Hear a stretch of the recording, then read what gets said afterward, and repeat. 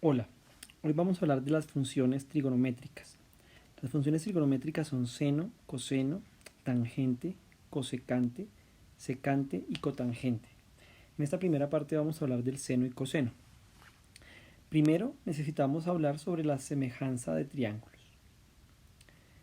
Dos triángulos ABC y DEF se dicen semejantes si sus tres ángulos internos correspondientes son congruentes entre sí.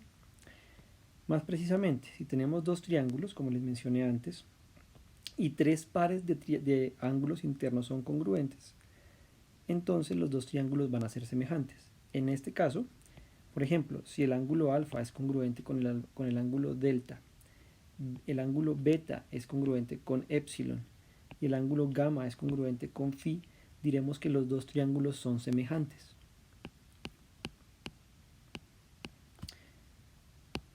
Bueno, para decir que dos triángulos son semejantes, escribiremos que ABC es semejante con DF en esta forma. Bueno, cuando ustedes tienen un triángulo cualquiera, las longitudes de sus lados determinan 6 razones. Las 6 razones de este triángulo ABC son las siguientes: A sobre B, B sobre A, C sobre A sobre C, C sobre A, B sobre C y C sobre B. Son las razones de las longitudes de sus lados. Cuando dos triángulos son semejantes, las razones de cada uno de ellos son iguales. Y eso significa que los dos triángulos son proporcionales. En el caso anterior habíamos dicho que el ángulo alfa era congruente con el ángulo delta. El ángulo beta era congruente con el ángulo epsilon. Y el ángulo gamma era congruente con el ángulo phi. Bueno, entonces tenemos también tres lados que son correspondientes. Los lados correspondientes son C con el lado F, A con D y B con E. Entonces las razones correspondientes a esos lados son iguales entre sí. Es decir,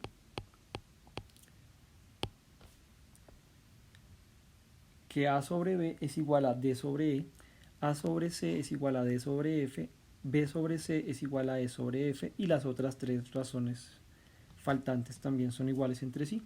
Decimos entonces que los dos triángulos son proporcionales. Bueno, para determinar que un par de triángulos es semejante, basta con que dos de sus ángulos internos sean congruentes entre sí. Claro, la suma de los ángulos internos de un triángulo mide 180 grados o un ángulo llano. Entonces el tercer ángulo va a estar completamente determinado por los dos primeros. Ahora vamos a hablar de los triángulos rectángulos, dado que las razones trigonométricas se definen para estos triángulos. Un triángulo se llama rectángulo si uno de sus ángulos es recto, es decir, forma un ángulo de 90 grados. Dos triángulos rectángulos son semejantes si uno de sus ángulos no rectos es congruente con uno de los ángulos no rectos del otro triángulo. Claro, ya tendrían dos ángulos congruentes, el par de ángulos rectos más los otros dos ángulos no rectos. Por ejemplo, si tenemos los triángulos ABC y DFE, si dos de sus ángulos son congruentes, por ejemplo en este caso, si el ángulo alfa es congruente con el ángulo beta, los dos triángulos son semejantes, dado que los ángulos rectos también son congruentes entre sí y por lo tanto el ángulo restante pues también serían congruentes. Bueno, entonces estos ángulos, cuando ustedes tienen un triángulo rectángulo y marcan uno de sus ángulos, ese triángulo o ese ángulo determina toda la clase de los triángulos semejantes, todos los triángulos rectángulos semejantes a ese triángulo dado. Por ejemplo, solo existe una clase de triángulos rectángulos tal es que uno de sus ángulos no rectos mide, por ejemplo, 22 grados. Es decir, toda esa clase de triángulos rectángulos son proporcionales entre sí. Todos están determinados por ese ángulo de 22 grados. Bueno, las razones trigonométricas se definen para los triángulos rectángulos, que tienen un ángulo marcado. Más precisamente, pues vamos a definir las 6 razones trigonométricas con respecto a un ángulo de un triángulo rectángulo. Lo primero es determinar las partes que tiene un triángulo rectángulo con un ángulo marcado. Si yo marco este ángulo, entonces las partes del triángulo, los lados del triángulo reciben 3 nombres. Los lados que forman el ángulo recto se llaman catetos, es decir, estos son catetos. El tercer lado, que no forma el triángulo rectángulo, se llama hipotenusa. Ahora, el cateto que está junto al ángulo alfa, es decir, que es adyacente, se llama cateto adyacente, porque es con respecto al ángulo alfa, y el cateto que está opuesto al ángulo alfa se llama cateto opuesto, opuesto al ángulo alfa. Bueno, como está aquí, ¿sí? Esos nombres se denotan con respecto a ese ángulo. Si yo hubiera marcado otro ángulo diferente, entonces el cateto adyacente sería este con respecto al ángulo beta y el cateto opuesto sería este. La hipotenusa sigue llamándose hipotenusa. Bueno, ahora sí, las razones trigonométricas de un triángulo rectángulo con respecto al ángulo alfa son las 6 siguientes. El seno del ángulo alfa viene siendo la longitud del cateto opuesto sobre la longitud de la hipotenusa. El coseno del ángulo alfa se define como el cateto adyacente sobre la hipotenusa. La tangente sobre el cateto opuesto sobre el cateto adyacente. La cosecante del ángulo alfa como la hipotenusa sobre el cateto opuesto. La secante del ángulo alfa como la hipotenusa sobre el cateto adyacente y la cotangente como el cateto adyacente sobre el cateto opuesto. Vale decir que estas razones trigonométricas solo están definidas para ángulos entre 0 y 90 grados de un triángulo rectángulo. Claro, no son las funciones trigonométricas. Necesitamos definir ahora funciones que tengan como dominio cualquier número real. Bueno, para ello necesitamos primero hablar de las partes de una circunferencia. Una circunferencia tiene 2 partes principales, el radio y su perímetro. El radio es la longitud del centro a cualquier punto de la circunferencia y el perímetro es la longitud de la circunferencia. Más precisamente, si ustedes desenvolvieran la circunferencia, esa circunferencia pues tiene una longitud que llamamos perímetro. Resulta que las circunferencias también tienen una razón especial, una razón. Esa razón es el perímetro sobre el radio. Resulta que todas las circunferencias son proporcionales entre sí. Es decir, que el perímetro de una circunferencia sobre su radio siempre es 2pi. Pi es un número irracional, es decir, es un número que tiene una expansión decimal infinita no periódica. Y aquí presentamos solamente las 6 primeras cifras decimales de esa expansión. Pero es una mera aproximación. Por eso lo llamamos pi. Como les decía, todas las circunferencias son proporcionales.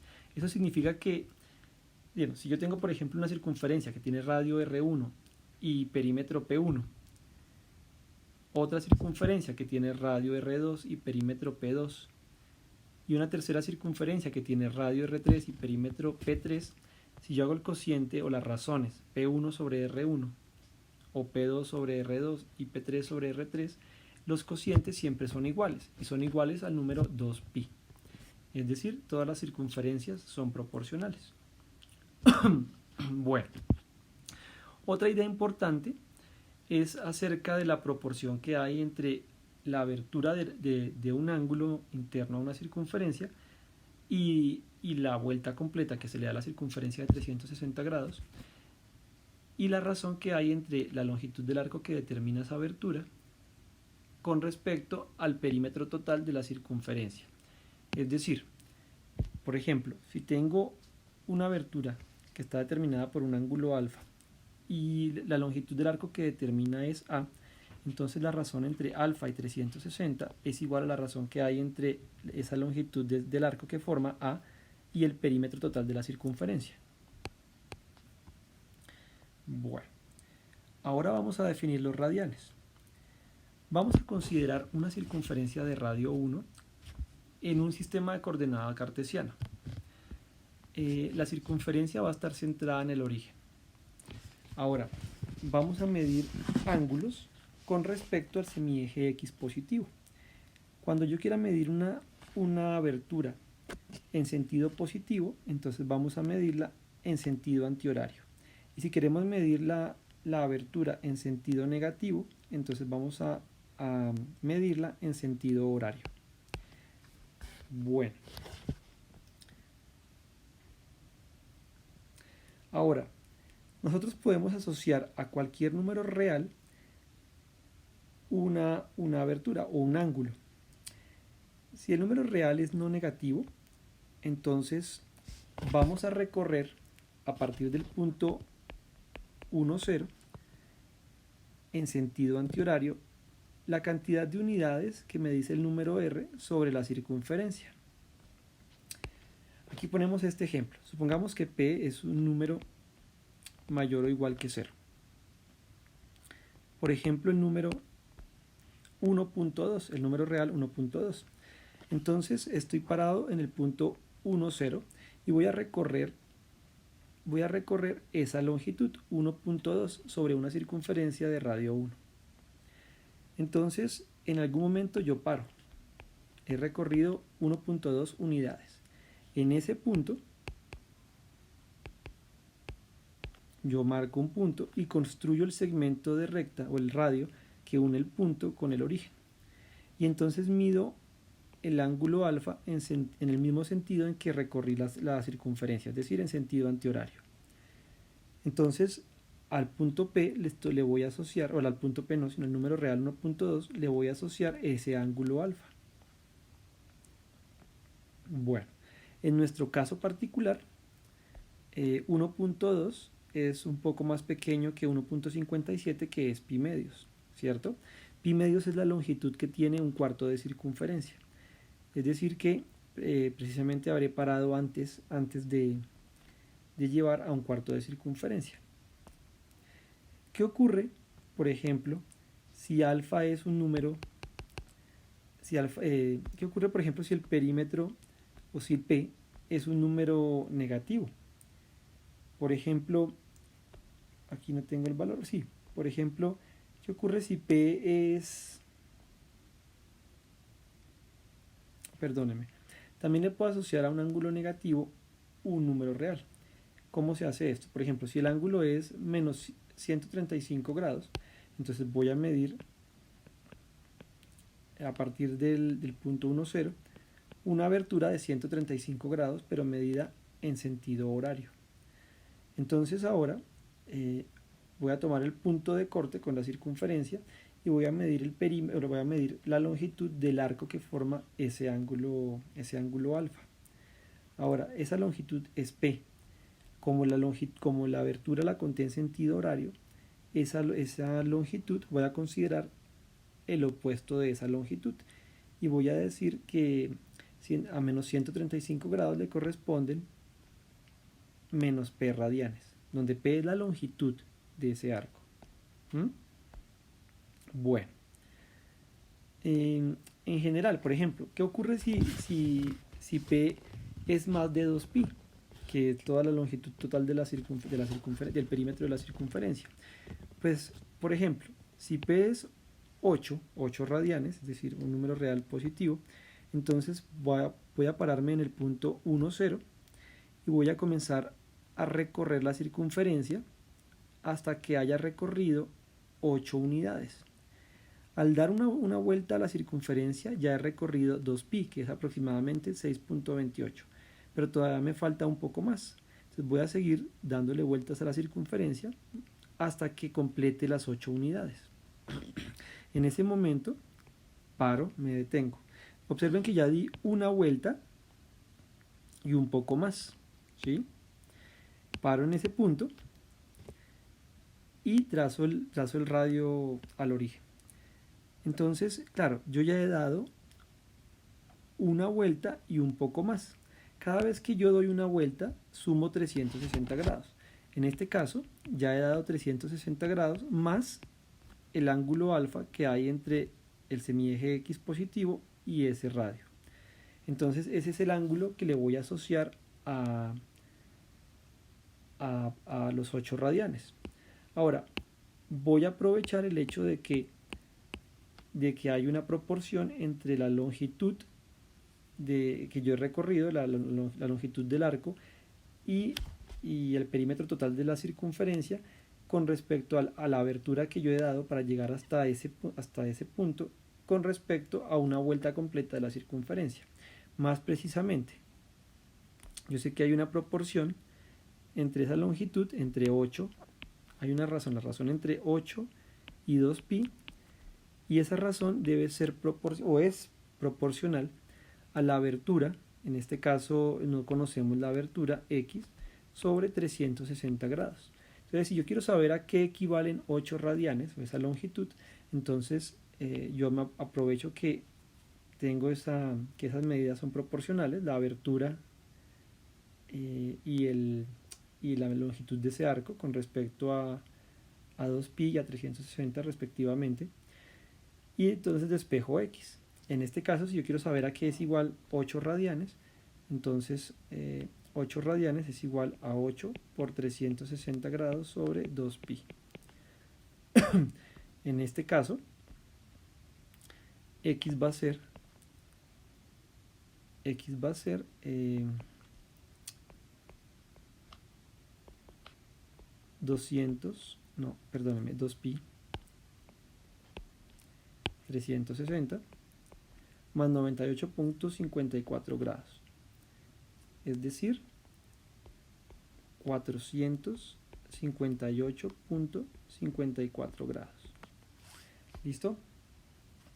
Bueno, ahora ya estamos listos para definir las funciones trigonométricas.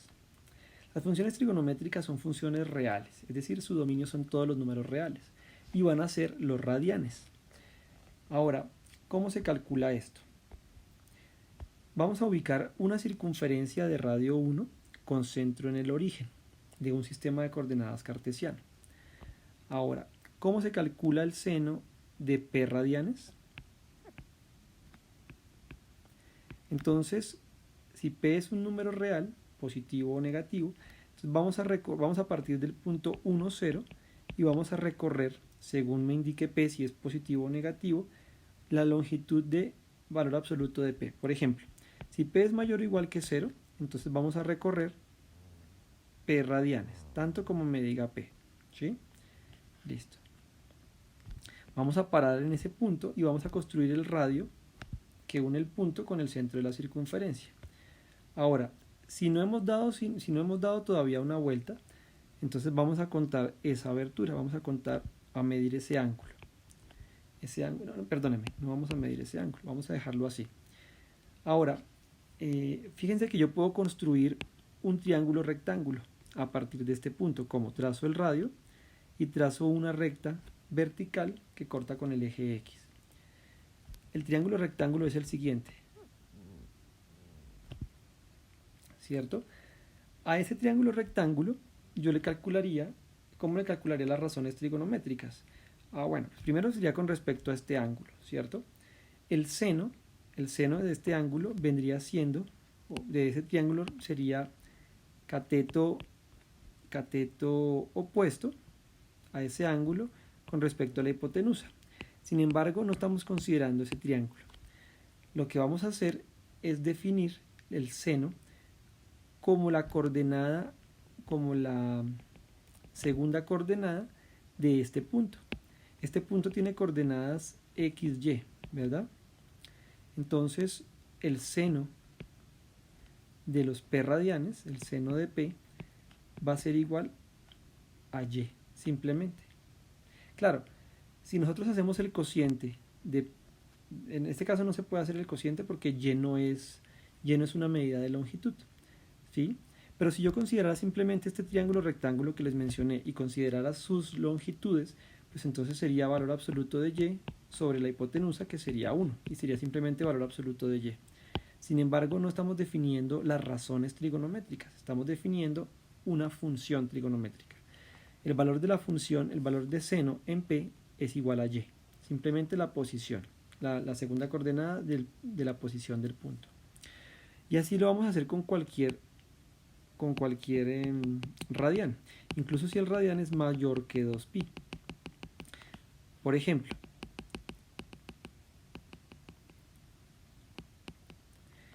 si tenemos, por ejemplo, como en el caso anterior, 8 radianes, ¿qué sería seno de 8? Seno de 8 radianes. Entonces yo debería darle una vuelta y un poco más hasta llegar a los 8 radianes. ¿Listo? En este caso, ubico el punto, construyo mi triángulo rectángulo, pero ¿qué va a ser el seno? El seno simplemente, si las coordenadas de este punto son a, b, el seno de 8 radianes pues va a ser en este caso la coordenada en y, va a ser b. Ahora, también se puede definir para números negativos. ¿Qué ocurre si p es negativo? Pues simplemente, entonces recorro los p radianes, pero en sentido contrario, paro, recorro por ejemplo p radianes, trazo el segmento de recta, ¿y qué va a ser el seno? ¿Qué va a ser el seno de p radianes en este caso? Seno de p, entonces ubico el punto, la longitud, este punto por ejemplo tiene coordenadas c, d, el seno de p va a ser la coordenada d, la segunda coordenada del punto p, donde paré. Listo.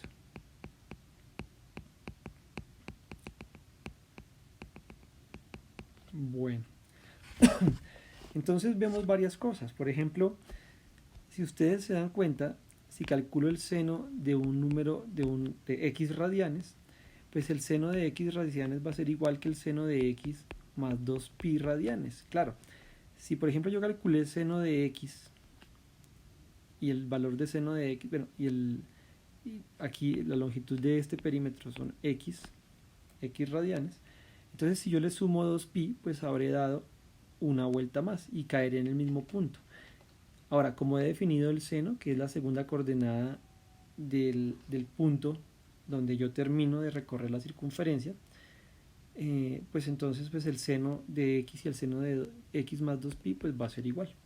Entonces vemos que la función va a ser periódica, siempre, igual. Y va a tener periodo 2pi. Entonces basta estudiar cómo se comporta el seno, la función seno, en un intervalo, por ejemplo en el intervalo 0pi, y ya sé que la función se va a repetir, se va a repetir ese intervalo, el comportamiento de la función en ese intervalo, en todos los números reales.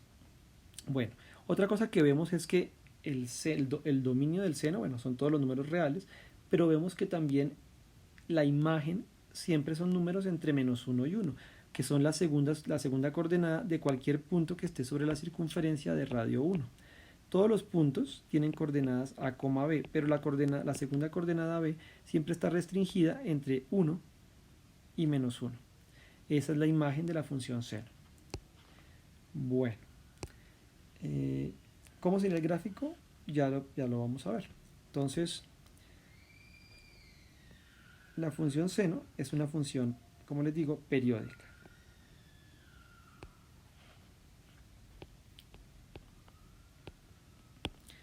Vamos a trazar el sistema de coordenadas, vamos a dejarlo aquí. Entonces, fíjense que como yo comienzo siempre en este punto, cuando yo he recorrido 0 radianes, entonces el punto que yo marco en la circunferencia es este. Borremos estos de acá. El punto que yo marco es este. ¿Sí? Si he recorrido 0 radianes, ¿cuál es la segunda coordenada de ese punto? Pues es 0. Entonces cuando yo comienzo a trabajar o a dibujar la función seno, entonces comienzo en 0. Pero en la medida que yo voy recorriendo más radianes, entonces las segundas coordenadas van comenzando a crecer hasta que llegan a 1. Es decir, que cuando yo he recorrido pi medios, la función toma su máximo, llega hasta 1. Pero después de que yo he recorrido pi medios radianes, entonces la función seno comienza a tomar valores más pequeños. positivos pero más pequeños, porque las segundas coordenadas de estos puntos comienzan a ser cada vez menores que 1 y cada vez más pequeño, tendiendo hacia 0. Entonces la función aquí toma su máximo, cuando llega a pi, que es darle media vuelta a la circunferencia, vuelve a ser 0. ¿Sí? La función es un poquito más curva, ¿no? Claro, las segundas coordenadas van disminuyendo. Lo interesante comienza a ocurrir cuando yo recorro más de pi radianes.